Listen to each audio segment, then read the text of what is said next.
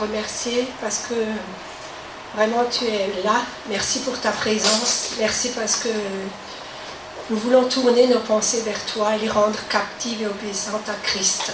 Seigneur, que tout esprit de distraction aussi soit chassé du milieu de nous et que nous puissions vraiment tourner nos pensées vers toi pour recevoir, Seigneur, ta parole afin qu'elle soit semée dans nos vies et qu'elle porte du fruit jusque dans la vie éternelle. Merci, Seigneur, pour ta grâce d'avoir ta parole, de pouvoir la lire et de la pratiquer aussi dans nos vies de tous les jours. Nous avons, Seigneur, une chance inouïe, si je peux dire, et vraiment, je te remercie. Amen. Amen. Alors, ce matin, on demeure tous ensemble. C'est vraiment un privilège de pouvoir nous assembler librement, parce qu'il y a des gens qui ne peuvent pas librement. Et que dit la parole? Elle dit, l'Éternel envoie la bénédiction, sa vie pour l'éternité. Est-ce qu'on en est conscient que ce matin le Seigneur est parmi nous et qu'il envoie sa bénédiction? On a déjà bien été secoué par sa bénédiction ce matin. Et ce que j'aimerais vous apporter ce matin, ça parle de l'importance de nos paroles. Alors, quand j'ai étudié ça, je me suis remise en question moi-même d'abord. Et si ça peut vous aider à avancer avec le Seigneur, ben, soyez bénis et recevez. Voilà, prenez ce qui est bon et laissez le reste. Donc, on veut tous être bénis, n'est-ce pas? Et la bénédiction, elle passe souvent par notre bouche. Les paroles que nous prononçons peuvent nous poser beaucoup de problèmes dans la vie, car ce que nous disons aujourd'hui, on va le récolter demain. Donc, nous sommes responsables de ce que nous disons. Vous n'en avez peut-être pas conscience, mais vous prophétisez sans cesse sur votre avenir. Vos paroles peuvent empêcher le plan de Dieu de se réaliser dans vos vies. Par exemple, si vous dites toujours que vous êtes nul, eh ben les autres, si vous dites ça autour de vous, vous êtes nul, eh ben les gens, eh ben ils vont vous considérer comme quelqu'un de nul et vous n'allez jamais avancer dans votre vie. Alors, quand on imprègne son cœur de la parole de Dieu, on modifie radicalement le cours de notre vie. La force de la vie, on l'a déjà entendu ce matin, c'est dans notre esprit. Parce que vous êtes esprit, âme et corps. Et le même esprit qui a ressuscité Christ d'entre les morts demeure en vous et donnera la vie à votre corps mortel. Il le rendra vivant. Donc on va prendre Proverbe 4, verset 24. Écarte de ta bouche la fausseté, éloigne de tes lèvres les détours. Donc qu'est-ce qu'on entend par détour? Il faut comprendre, dévier de ce qui est droit, parler de façon corrompue. Donc par des paroles irréfléchies qu'on prononce, les chrétiens invitent souvent le malheur chez eux. Parce que ici, nous sommes quand même l'église du Seigneur et c'est à des chrétiens que je parle en premier. Donc la parole de Dieu est vivante et efficace, plus tranchante qu'une épée quelconque à deux tranchants, pénétrante jusqu'à partager âme et esprit, jointure et moelle. Elle juge les sentiments et les pensées du cœur. Nulle créature n'est cachée devant lui, mais tout est à nu et à découvert aux yeux de celui à qui nous devons rendre compte. Donc ça c'était Hébreux 4, versets 12 et 13. Excuse 2 minutes. Alors, remarquez qu'il est dit que tout est nu et découvert devant les yeux du Seigneur. Cette épée à deux tranchants dont on parle dans ce verset, c'est la langue qui prononce des paroles méchantes. Le prochain verset, c'est Proverbe 12, verset 18.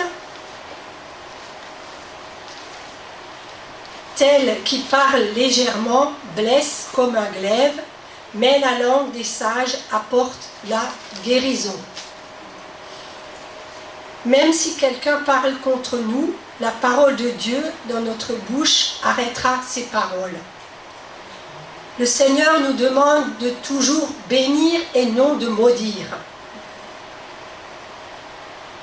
Donc, bénissons nos ennemis, la parole de Dieu le dit même. Bénis le Seigneur, que notre bouche bénisse le Seigneur. Si quelqu'un vous offense, pardonnez-lui et priez aussi parce que le Seigneur il veut cela pour chacun de nous. Et dites aussi pardon Seigneur parce que cette personne elle ne sait pas ce qu'elle a dit, parce que le Seigneur on l'a aussi mis sur la croix et il a dit les mêmes paroles. Pardonne-le parce qu'ils ne savent pas ce qu'ils font. Donc la foi et la parole sont liées. Donc c'est très important qu'on contrôle notre bouche. Marions notre foi à la parole, que notre oui soit oui et notre non soit non. Et quand vous promettez quelque chose à quelqu'un, tenez-le. Dans la mesure du possible, bien sûr. Donc les paroles ont une puissance pour créer.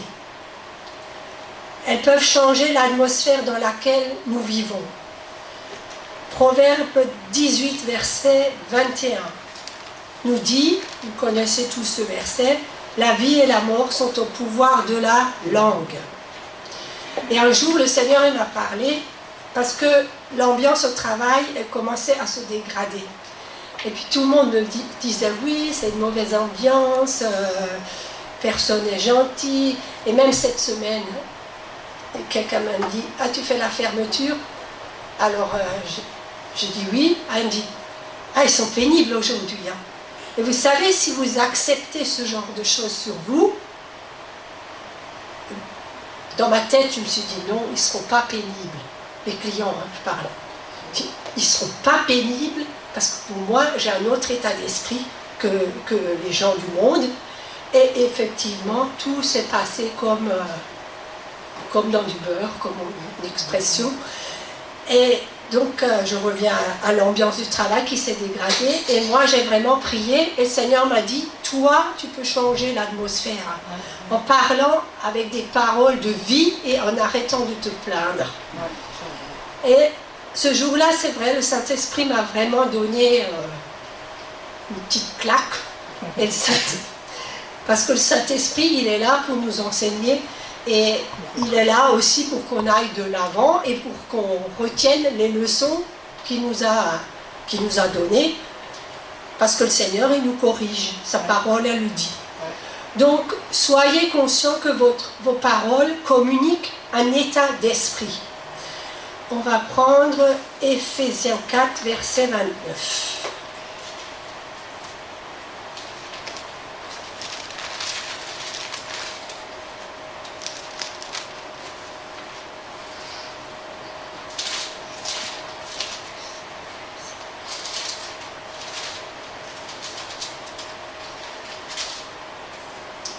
Alors, 4 versets.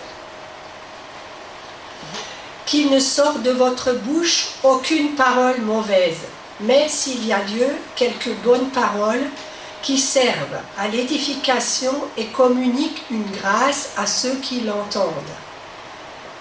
N'attristez pas le Saint-Esprit de Dieu par lequel vous avez été scellés pour le jour de la rédemption. Que toute amertume, toute animosité, toute colère, toute clameur, toute calomnie et toute espèce de méchanceté disparaissent du milieu de vous. Voilà, donc je pense que la parole de Dieu est claire. Et ce sont vraiment nos paroles qui transmettent aussi bien la foi que la peur. Et c'est à vous, à chacun de nous, de choisir ce que vous voulez transmettre. Est-ce que c'est la foi ou est-ce que c'est la peur? Parlez foi et vous aurez la foi. Parlez peur et vous aurez la peur. Et personnellement, des fois, je me dis, Seigneur, que ce mot de peur puisse disparaître, que je puisse plus dire j'ai peur de ci, j'ai peur de ça. Voilà.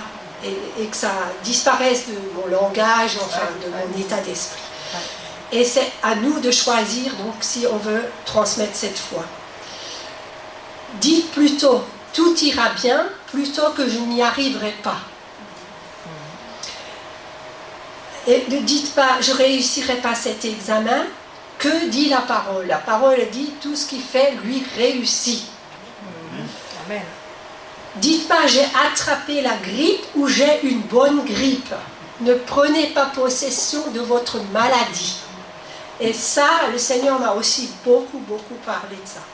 Ne dites pas mon, enfin, les gens ils disent mon cancer, mon... Voilà, ne prenez pas possession de votre maladie. La maladie, elle a été portée sur la croix par Jésus. Et Seigneur, par ses meurtrissures, on a la guérison. Il a tout payé. Et par ses meurtrissures, vous êtes guéris. Confessez plutôt, aucun fléau n'atteindra ta tente. Votre tente, c'est votre corps. Et quand il y a une épidémie de grippe, des fois ça me fait, enfin, ça me fait pas rire, mais à la télé, dès qu'il y a la grippe qui commence, ils font tout un plat et je me demande même si ça rentre pas dans l'esprit des gens. Et alors, ils disent, ça y est, il y a une épidémie, je vais l'attraper. Ah ben non, aucun fléau n'atteindra ta tente. Proverbe 16, versets 23 et 24.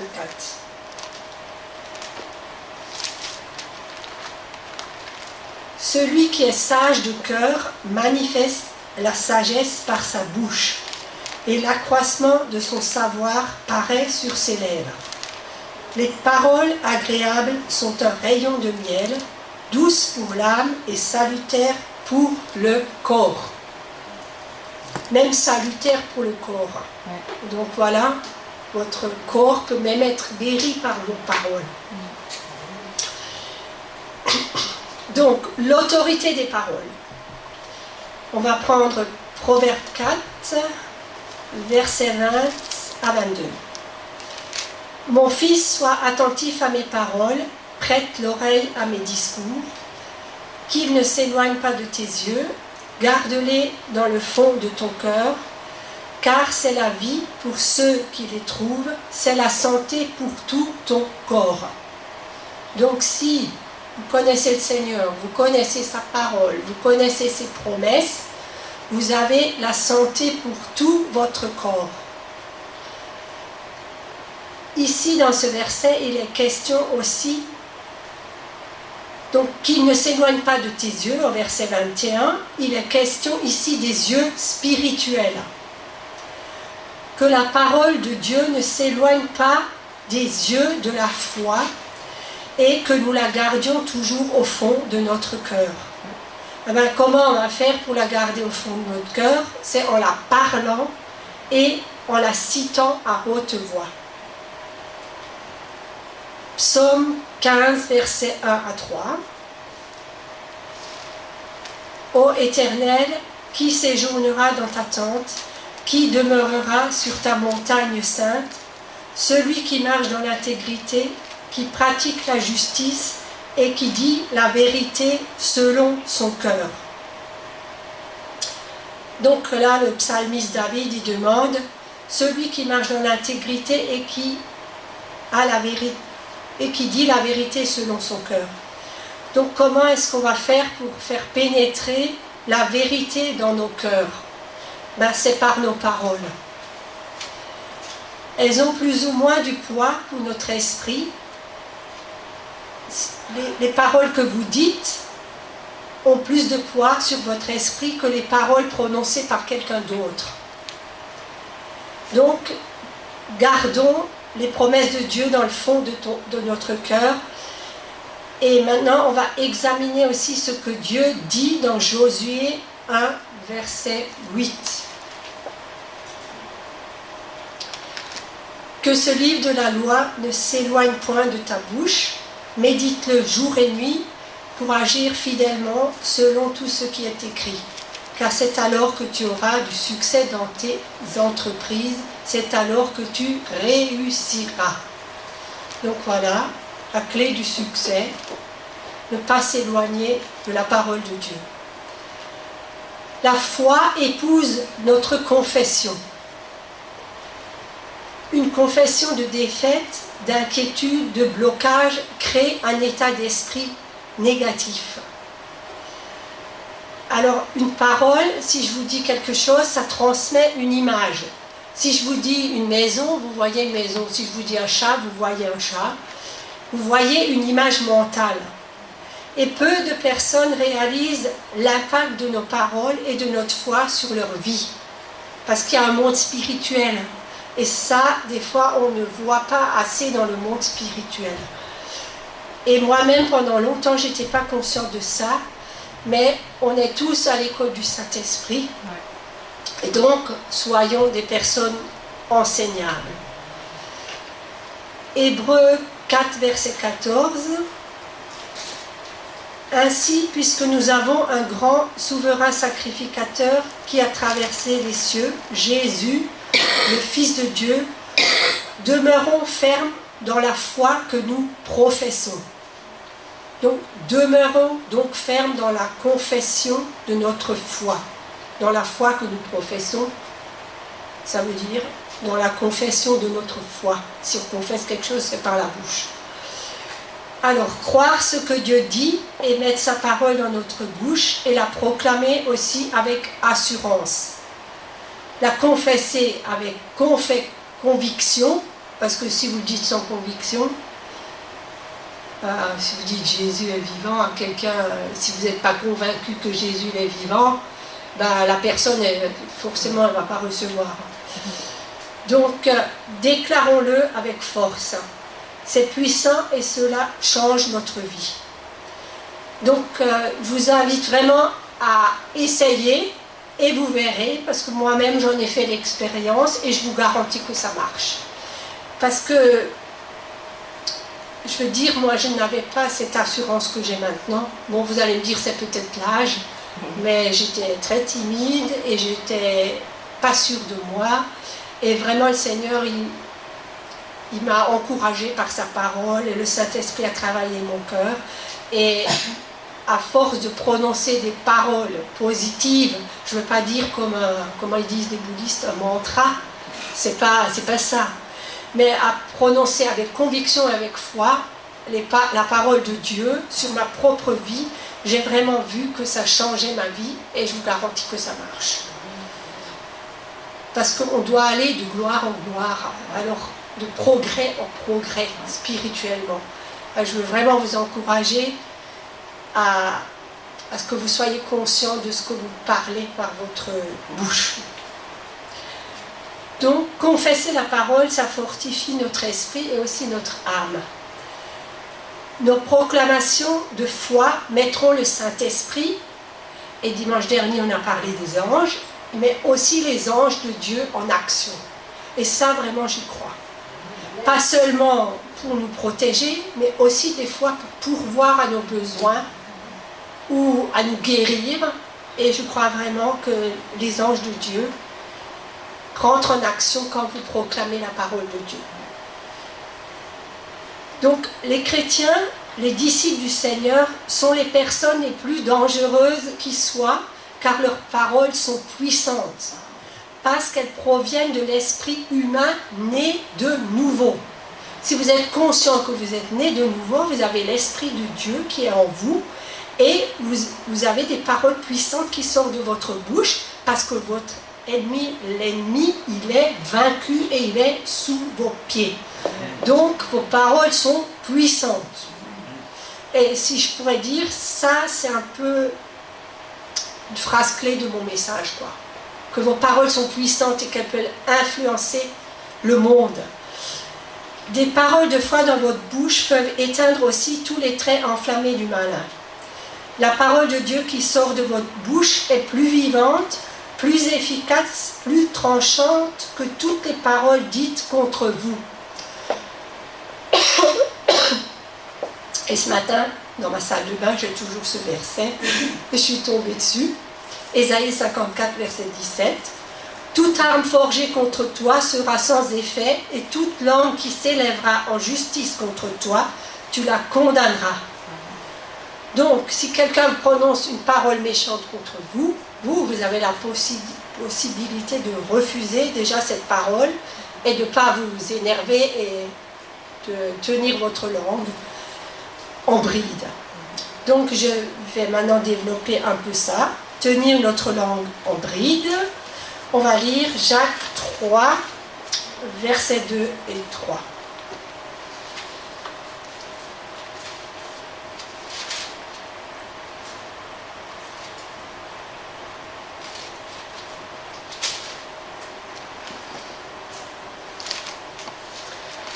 Alors, nous bronchons tous de plusieurs manières. Si quelqu'un ne bronche point en parole, c'est un homme parfait, capable de tenir tout son corps en bride. Si nous mettons le mors dans la bouche des chevaux pour qu'ils nous obéissent, nous dirigeons aussi leur corps tout entier. Donc, qu'est-ce qu'il nous dit ici? Ces deux versets parlent du corps. Il est écrit que pour diriger un cheval, il suffit d'exercer un peu de pression avec le mors sur sa langue. Et Jacques 3, verset 4, c'est un peu plus loin. Voici, même les navires qui sont si grands et que poussent des vents impétueux sont dirigés par un très petit gouvernail au gré du pilote. Donc ici la langue est comparée au gouvernail d'un navire dont le capitaine se sert pour diriger le navire là où il veut. Donc votre navire, à vous, si vous n'aimez pas la direction dans laquelle vont certaines choses dans votre vie, prenez le contraire du gouvernail, c'est-à-dire de votre langue. Quand un problème arrive, chez certains chrétiens, ils vont partout et ils se mettent à parler à chaque personne qu'ils rencontrent de leurs problèmes. Donc en faisant ça, ils se positionnent le gouvernail et ouvrent leur cœur aux problèmes, davantage encore aux problèmes. Et ça m'est aussi déjà arrivé. Faites attention à qui vous vous confiez et ne vous... Je ne sais pas, quand il vous arrive quelque chose, il vaut mieux d'abord un peu prier dessus. J'avais même eu un témoignage que quelqu'un, avant même qu'il aille voir le pasteur, dans cette église, le pasteur il disait d'abord vous devez jeûner une journée et prier pour voir si le problème ne se résout pas de lui-même avant de venir en parler au pasteur. Voilà. Donc, le cœur, c'est aussi ce qui contrôle le gouvernail. La langue, c'est le gouvernail, c'est elle aussi qui fait tourner le corps tout entier, soit vers le bien, soit vers le mal. Donc le gouvernail, c'est masculin. Donc c'est lui qui fait tourner le corps tout entier. Enfin, c'est la langue, c'est comparé à la langue. Donc le facteur déterminant, c'est ce que vous aurez déposé dans votre cœur par vos paroles. Matthieu 12, verset 34 dit « C'est de l'abondance du cœur que la bouche parle. » Maintenant, on va rester dans Jacques 3, versets 10 à 16. De la même bouche sortent la bénédiction et la malédiction. Il ne faut pas, mes frères, qu'il en soit ainsi. La source fait-elle jaillir par la même ouverture l'eau douce et l'eau amère? Un figuier, mes frères, peut-il produire des olives ou une vigne des figues?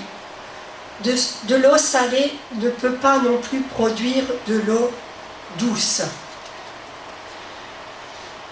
Lequel d'entre vous est sage et intelligent, qu'il montre ses œuvres par une bonne conduite avec la douceur de la sagesse? Mais si vous avez dans votre cœur un zèle amer et un esprit de dispute, ne vous glorifiez pas et ne mentez pas contre la vérité. Cette sagesse n'est point celle qui vient d'en haut, mais elle est terrestre, charnelle, diabolique. Car là où il y a un zèle amer et un esprit de dispute, il y a du désordre et toutes sortes de mauvaises actions. Alors Jacques cite ici 2 raisons pour lesquelles la tragédie entre dans la vie de nombreuses personnes. Au verset 20, Jacques 1, verset 26.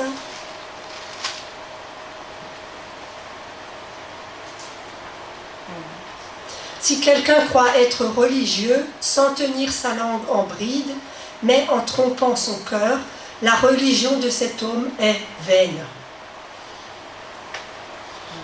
Quelqu'un peut dire une excellente prière, mais s'il ne contrôle pas sa langue, il peut annuler sa prière en quelques mots. Par exemple, par rapport à la guérison, si vous avez reçu une guérison, je ne sais pas, dans ce lieu, ou si vous avez reçu une guérison et vous sortez et ça y est, vous commencez à reparler de votre maladie et la maladie, elle peut revenir. Donc, si vous avez reçu une guérison, gardez-la et ne l'annulez pas par vos paroles. Donc, des paroles aussi pleines de jalousie et de querelle peuvent mettre en mouvement un désordre et créer de graves problèmes. Et là où il y a des disputes, où il y a de la confusion et toutes sortes de mauvaises actions.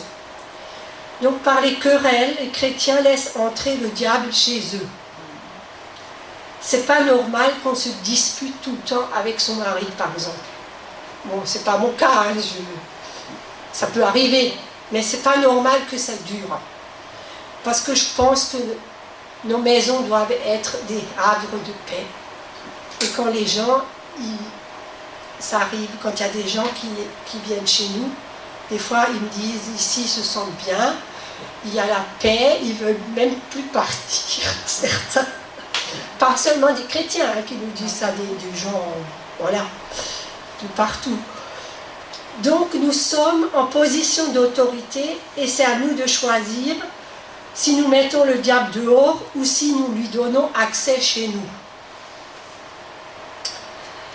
Éphésiens 4, verset 26, qui dit que le soleil ne se couche pas sur votre colère.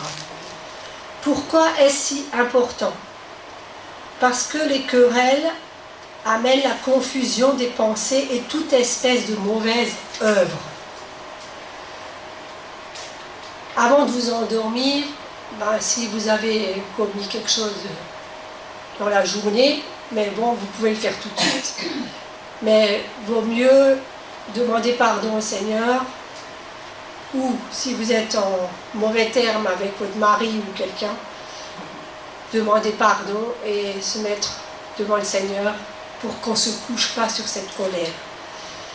Parce que la nuit, je pense que dans l'inconscient, ça travaille. Et vous ne dormirez pas bien. Et c'est parce que le Seigneur le désire. Les querelles dans le foyer sont une porte ouverte à Satan. Si vous n'y remédiez pas, il en résultera une tragédie pour votre mariage. Et ça, c'est à éviter. On va prendre 1 Jean 2, versets 8 à 11.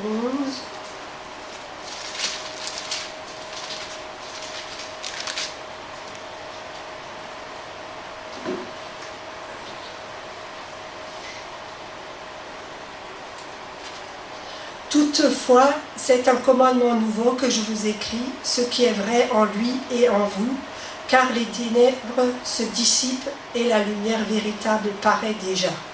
Celui qui dit qu'il est dans la lumière et qui haït son frère est encore dans les ténèbres. Celui qui aime son frère demeure dans la lumière et aucune occasion de chute n'est en lui. Mais celui qui haït son frère est dans les ténèbres, il marche dans les ténèbres et il ne sait où il va, parce que les ténèbres ont aveuglé ses yeux. Ce verset nous dit que celui qui n'aime pas son frère est dans les ténèbres et ne sait pas où il va. Est-ce que vous savez où vous allez ? Tout peut sembler en ordre dans la vie de cet homme dont on parle là, mais la Bible dit qu'il ne sait pas où il va. Il tombera et il ne saura pas sur quoi, et il a trébuché. Donc posez-vous la question, est-ce que vous êtes un homme ou une femme, bien sûr, et vous savez où vous allez. 1 Jean 3, verset 14.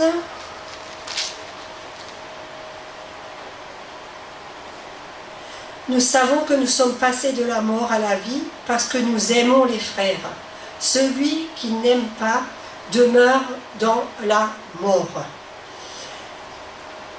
3, 14. Alors, il y a aussi le manque de pardon et les disputes amènent la tragédie dans les foyers chrétiens. Donc, quiconque vit dans le non-pardon ou dans les disputes demeure dans la mort. Si vous marchez dans l'amour et la communion avec Jésus, quotidienne, je dirais, parce que ce n'est pas que le dimanche, vous vivez sous la loi de l'esprit de vie. Si vous avez de la haine, vous vivez sous la loi de l'esprit de mort. Donc, choisissez la vie. C'est beaucoup mieux. Donc, ce matin, prenez une décision de marcher dans l'amour et de prononcer des paroles de vie afin que votre vie soit meilleure. Parce que le meilleur est devant nous. Ne donnez aucun accès au diable. 1 Jacques 4, verset 7 nous dit « Bien-aimés, aimons-nous les uns les autres, car l'amour est de Dieu, et quiconque aime est né de Dieu et connaît Dieu. » Vous connaissez Dieu, donc persévérons dans l'amour. Et je voulais pour terminer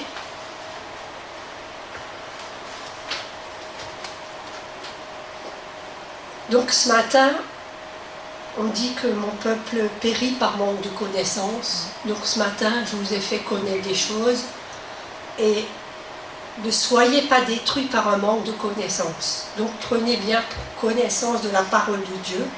Vous connaissez la vérité et la vérité vous affranchira, vous rendra libre. Donc, des paroles de foi, prononcez des paroles de foi. Des paroles de foi sortiront vos enfants des problèmes. Des paroles de foi guériront votre chagrin. Des paroles de foi vous consoleront. Des paroles de foi briseront le pouvoir de la sorcellerie. Parce que c'est quelque chose, peut-être, si ici ça existe aussi, mais peut-être moins que dans les pays africains. Mais il faut aussi être conscient que nos paroles peuvent briser le pouvoir de la sorcellerie. Nos paroles guériront les malades. Est-ce que vous croyez que nos paroles guériront les malades? Et nos paroles briseront toute la puissance et toute forme d'activité démoniaque. Enfants de Dieu, vos paroles sont puissantes, donc ne l'oubliez pas. Et vraiment ce matin, on a chanté « Persévère ». Persévère est un mot aussi très puissant. Donc persévérons dans l'amour, persévérons en prononçant de bonnes paroles et en aimant de tout notre cœur. Merci au Saint-Esprit qui est en chacun de vous et qui vous aidera à prononcer des paroles de foi et à vivre dans la foi et l'amour. Amen. Amen. Ça va, je trouve.